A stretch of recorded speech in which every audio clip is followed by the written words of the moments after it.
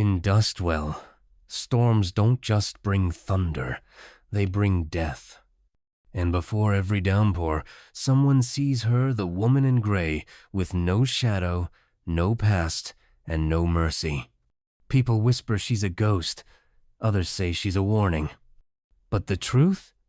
She's older than the town, and she's walking straight down Main Street again. Watch until the end, because this time, someone's name is already written in stone. And it might be yours. My name is Josiah Morn.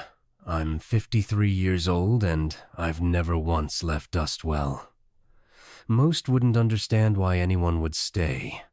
Dry heat, hard soil, a town built on grit and habit. But there's something about the stillness here it hums, like the earth itself is holding its breath. But today, that stillness broke. The air's different, heavier. The sky's gone, the color of old bone.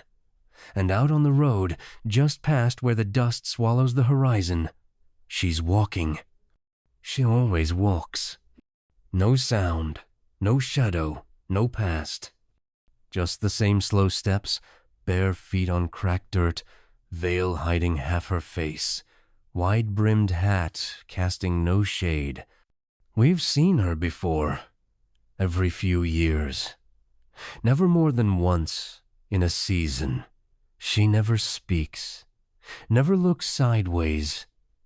But every time she comes into town, someone dies.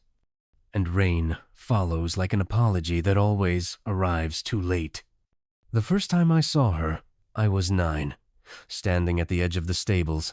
My sister Ruthie was brushing down our old mule, humming off-key. I remember pointing and asking, "Who's that lady?" No one saw her but me. The next morning, Ruthie was face down in the trough, drowned, and not a drop of water had fallen in Dustwell in weeks. Mama said it was an accident, but Daddy never looked me in the eye after that. Now I see her again 44 years later. Same hat, same veil, same silence. I watch her from the general store window as she passes. And behind her? The wind shifts. The sky rumbles. The store owner, Wills, whispers, "God, help us." But it's not God we need help from. It's her. Because this time, I don't think she's passing through. I think she's come to stay. And somewhere in this town, someone's already been chosen. The question is who? And how long do we have before the first drop falls? She passed through town like smoke, silent, slow, and sure. Everyone saw her this time. No more whispers, no more denial. Children pressed their faces to windows. Men gripped doorknobs without knowing why. Dogs howled from under porches. Even the crows took flight, flapping into the dead sky like they knew what was coming. She never looked left, never looked right. Just walked. And no shadow ever touched the ground beneath her feet. I followed her, not close, but close enough. I stayed behind the buildings, watching as she made her way down Main Street, past the church, past the schoolhouse that's been closed since the roof collapsed last summer. Her dress didn't flutter. Her hat never tilted.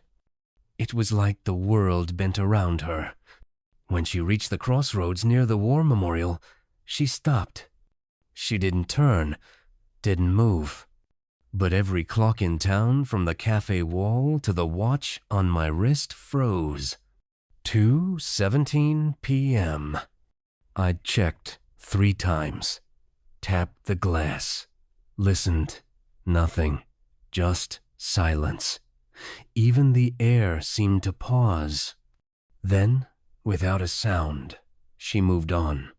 The clock started again as if nothing had happened, except we all felt it, like time itself had blinked.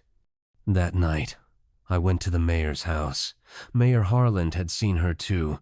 He'd been leaning on his porch railing, staring down the street, a drink in hand. I figured if anyone would act, it'd be him. But he wasn't answering the door. When I pushed it open, I found him collapsed in the entryway. Eyes wide, mouth open, hand clutched over his chest, the glass of bourbon still upright beside him. The coroner said stroke, but I'd seen the mayor an hour earlier, healthy as ever, loud, smug, confident. Then he looked at her. Now he was gone. By morning, the sky had changed again. Thunder rolled low and lazy in the distance. The air smelled like static and regret. And I knew we were back in the cycle. One death down. And the rain hadn't even started yet. She always brings a storm. But this time, something's different. Because she stopped. And that means she's watching. Dustwell's children don't talk about the woman. Not directly, but they know. Somehow, they always know. The young feel things, the grown forget things in the bones, not the brain. Whispers in silence, warnings in shadows. That's why I wasn't surprised when I found the drawing. I'd gone to the old chapel just after dawn. I needed to clear my head. Rain still hadn't come, but the clouds hung low swollen, twitching like bruises about to break. The chapel's been boarded up for years. No one preaches in Dustwell anymore. After the second preacher burned himself alive during a sermon in, 3 flames licking up from the pulpit without a single candle lit, people lost their appetite for Sunday gatherings. But the door was ajar. Inside, dust coated the pews. Cobwebs hung like drapes. But on the far wall, just behind the altar, something new had appeared. A drawing, done in charcoal, smudged and childlike, but unmistakable. A woman in gray, long dress, veil over her face, wide-brimmed hat, and no shadow. Beneath her feet were crooked lines, houses, people, horses, all drawn upside down as if falling. Beneath that, a single sentence scrawled in messy block letters. She is not alone. I stepped back. My mouth was dry. My skin felt cold even as the heat swelled outside. I recognized the handwriting. It belonged to Micah Crow, just 7 years old. He's mute, has been since birth. He's never spoken a word, never picked up a pencil in school. Yet somehow, he drew her, without ever seeing her. I went to his mother's house, showed her the photograph I took on my phone. She turned pale. "He didn't leave the house yesterday," she whispered. "He was sick, fevered, slept all day." I asked if he could have seen the woman in gray. She shook her head. "He doesn't know what a storm is. He's never seen one." And that's when I remembered something that made my blood turn to dust. The night before, I passed Micah's house, and his bedroom window was wide open, facing south, facing the road she walks. I don't think Micah drew the woman. I think she showed him how. I couldn't sleep that night, not with the drawing burned into my mind. Not with the storm pacing the edges of the sky, dragging its nails along the black horizon. So I did what I always do when I don't have answers. I searched the past.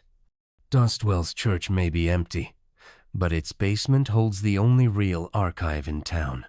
Records, ledgers, maps, birth certificates, burial plots, even the founding papers, all left to rot in damp boxes under rusted shelves. I went there just after midnight. I brought lanterns. I needed light for what I was about to face. For hours I dug, through brittle papers, rotted cloth bindings, water-stained pages, names and deeds and sermons long forgotten. Then, at the bottom of a war chest marked 1,884, I found the photograph. It was brittle and yellowed, edges curling, but the image was clear. 4 men standing in front of a wooden foundation, hammers in hand. Dustwell's founders. Behind them, open land, unclaimed, ready for plowing. And next to them, a woman, in gray, hat low, veil drawn, barefoot, no shadow beneath her. None. Even with the others casting long shapes across the dirt, she stood on blank earth, like the sun refused to acknowledge her. I turned the photo over. On the back, written in cursive ink, "First cornerstone laid, witnessed by E. Vale." Vale. The same name carved into the chapel's front pew, the one that burned, years ago, but left a single name untouched by flame. The only Vale in our town's records was a woman named Alira. Died, it said, 1,884. Same year the town was founded. Cause of death, flooding. But there had been no flood in Dustwell. Not then. Not ever. I checked the weather logs. Bone dry that summer. Not a drop. So what was buried under Dustwell? What had been erased? I tucked the photo in my coat and stepped back upstairs. Outside, the clouds split open for a heartbeat, just lightning. No thunder. And standing at the end of Main Street, still and waiting, was her. The woman in gray. Looking straight at the church. At me. And I swear, for a second, I saw something move beneath her. Something like a shadow, clawing up from the earth. I didn't tell anyone about the photo. Not yet. Not until I knew what it meant. I kept it close to my chest, wrapped in cloth and tucked beneath the loose board in my floor. But truth has a way of surfacing in Dustwell. Like water through cracked dirt. Or memories through sealed lips. The next morning, I walked to the cemetery not because I wanted to, but because I felt drawn there. The sky above the graveyard churned low and heavy, the clouds thick with threat. The wind blew in odd pulses, like it was breathing wrong. I wasn't alone. A few other townsfolk stood at the fence, murmuring, pointing. I pushed past them and followed their gaze. There, near the far end of the graveyard where the old markers fade and the stones lean with time, was a new stone. Gray, clean, untouched by weather. No weeds, nowhere. Just one name carved deep into the center, Josiah Morn. My name. Below it, a date. Tomorrow's. I staggered back, nearly tripping over loose earth. Someone gasped. Someone else whispered, "Who would do such a thing?" But deep down, I knew no one in town had touched that grave. I fell to my knees, touched the stone. Cold, unyielding, real. Then I noticed something else. Just behind the stone, faint but visible in the dirt footprints. Bare. Heading away from the grave. Southbound. Back toward the road. Back the way she always comes. I followed the prints a few paces before they vanished, swallowed by dry grass. But I heard something in the distance. A hum. A pressure. A promise. The sky cracked. No rain yet. But it was near. The wind shifted. And I felt it again, the air around me stretching thin, like skin pulled too tight. When I turned back toward the cemetery, everyone else was gone. The town was quiet. Too quiet. Then my phone buzzed in my pocket. A message. No number. Just one line. "Say her name, and you stay." My hands trembled as I opened the photo again, looked at the back. E. Vale. Elira. But I couldn't speak it yet. Not aloud. Not until I understood what price the name carried. Because tomorrow, according to the stone, was my last chance to say it. Or my last day at all. Dustwell has never known proper rain. not the kind that softens soil or blesses crops. Our rain is a warning, a punctuation mark, a burial.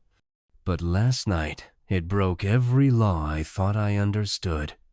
It fell upward. It began just after midnight. I was sitting by the window, the photo in my lap, the name Elira, whispering itself through my mind like a wind I couldn't shut out. I hadn't slept. Couldn't. I kept watching the sky, expecting the first drop. But when it came, it didn't fall from the clouds. It rose from the ground. A soft hiss, like steam from a kettle, spread across the fields. And then, from the dirt, from cracks in the road, from the stone of the cemetery, water rose. Not in puddles, not in floods. In droplets. Tiny spheres of water lifted gently into the air, shimmering silver, floating toward the clouds like the sky was a mirror, being reassembled. I stepped outside, barefoot, unsure if I was dreaming. The whole town stood frozen. People emerged from porches. Children stared. One old man dropped to his knees. We watched as water defied gravity, carrying dust, ash, and memory back into the heavens. And in the center of it all, at the heart of Main Street, she stood. The veil. Elira. Unmoving. Her hands at her sides. And now she had a shadow. It rippled across the dust behind her, no longer hidden, but rising with the water. And that shadow was shaped, not like her, but like a crowd. Dozens of figures, hands clasped, eyes empty, drowned faces, all walking behind her in silence. I turned to run, but a child's voice stopped me. Micah Crow. Still mute, but standing at the edge of the road, pointing, not at her, at me. And then he whispered the first word I've ever heard from his lips. Remember. The droplets reversed course, and rain began to fall. For real, this time. Hard, angry. But I didn't move, because I realized something terrifying. The upward rain wasn't a mistake. It was a test. A moment where the forgotten could return to the sky. But someone in town me had remembered too much. Now the rain was coming down. And it was bringing them with it. The church bell rang at dawn even though it hasn't had a clapper in years. Its echo rolled through Dustwell like a knell, deep and hollow, waking everyone who dared to sleep through the night. The rain fell wrong. I rose from the floorboards, couldn't remember falling asleep. The photo of Elira lay beside me, damp from the rain that had somehow crept in through locked windows. Her ink eyes stared back at me. But something had changed. The photo was warm. I pocketed it and followed the sound of the bell. By the time I reached the chapel, a crowd had gathered. No one dared step inside.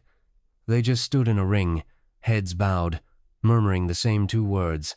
The preacher. It was Reverend Maynard. He hadn't preached in 5 years, not since he lost his son to a dust fever that took half the county. People said he lost his faith that day. Said he locked himself away with old books and dead candles.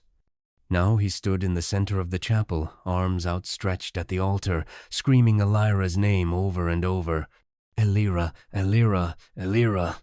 His voice cracked, his robes were soaked through, but there was no fire. And yet, he burned. His skin blistered, hair curled and blackened, eyes turned to smoke. No flame touched him, no match was struck. But still, he burned. I stepped forward. Some folks tried to stop me, but I pushed past. I had to see it up close, had to know what she was doing.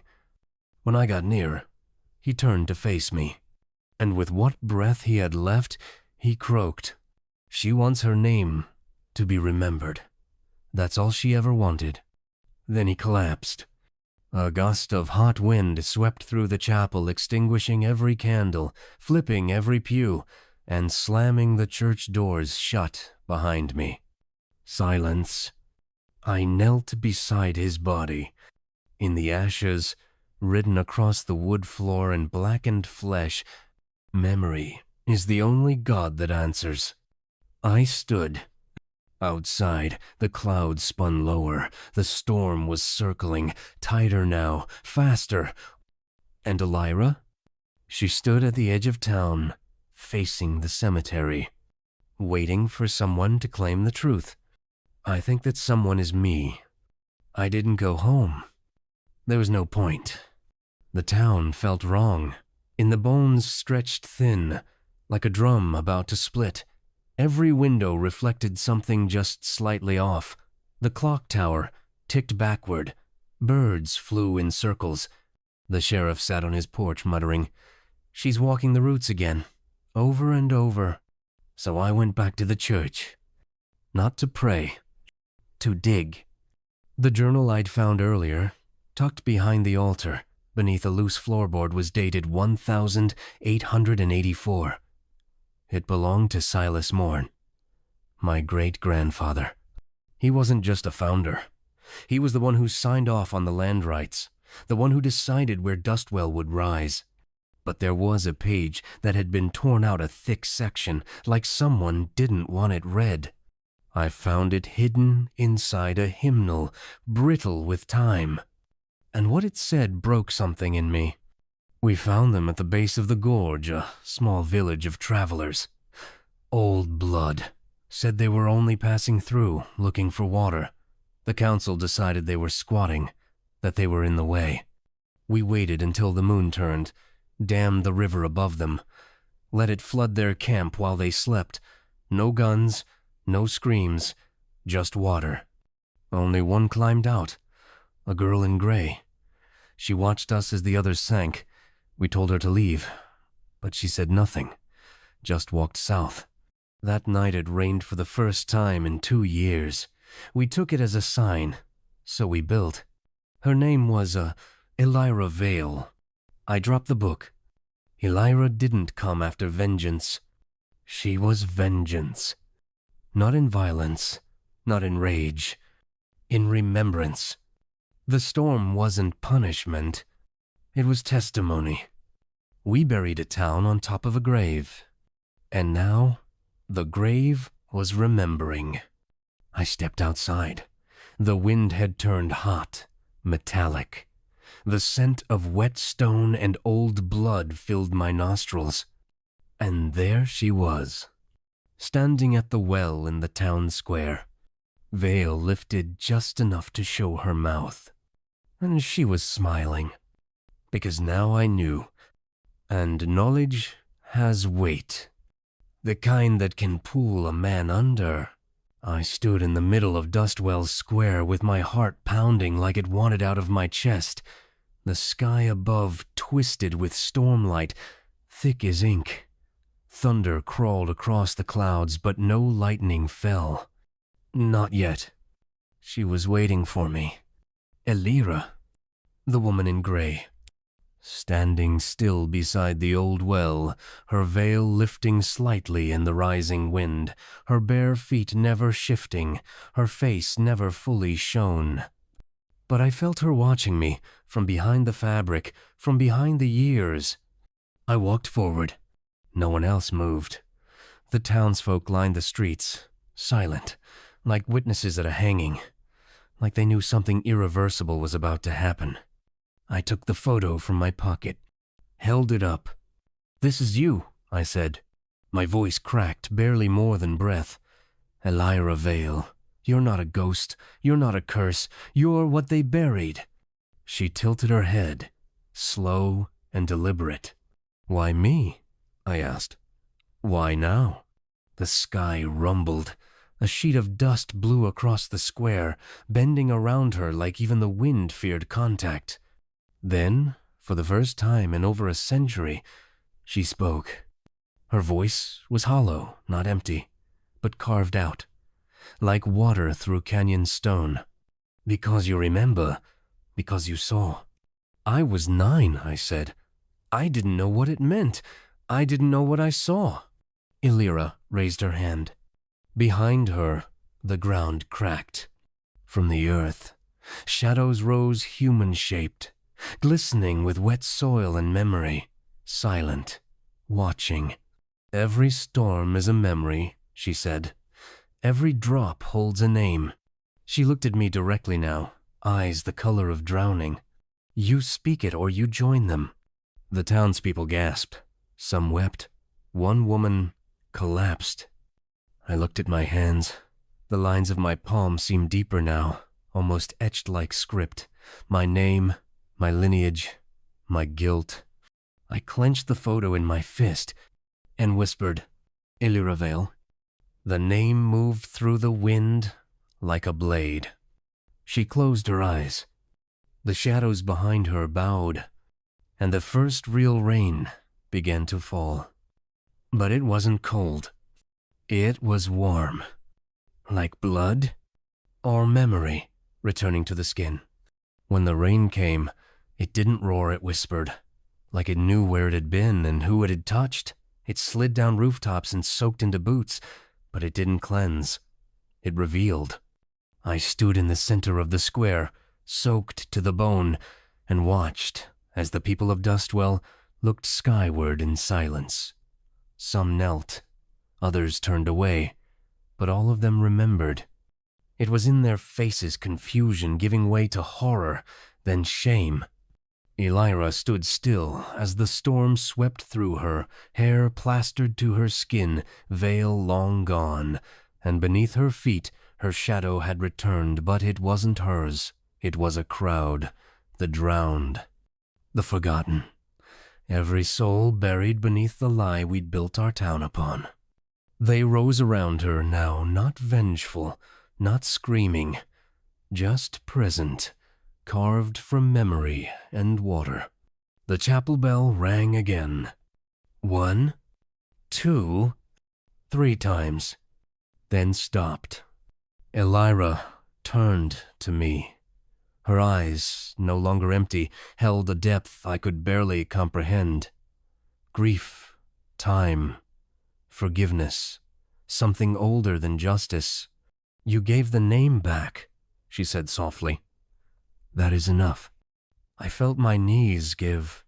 But the grave, the people, the land remembers, she said. It always did. It only needed a voice. And then, like mist burning off at dawn, she began to fade. So did the others. Not dissolving, returning. To the rain, to the roots, to the story. I don't know how long I stood there. When the clouds finally parted, Dustwell felt smaller, quieter, the kind of quiet that comes after confession. I walked to the cemetery. Her stone was there now, clean, centered. Illyra, 1871, 1884. The water spoke her name. I left the photo tucked beneath the stone. I thought that would be the end, but last night I heard a sound outside my window. A slow, soft tread, bare feet on dry earth. I looked out hard in my throat. No one was there, but the well had filled again, first time in decades. And the water? It was perfectly still, until it rippled and showed a face. Her face. She wasn't warning us. She was making sure we never forgot again.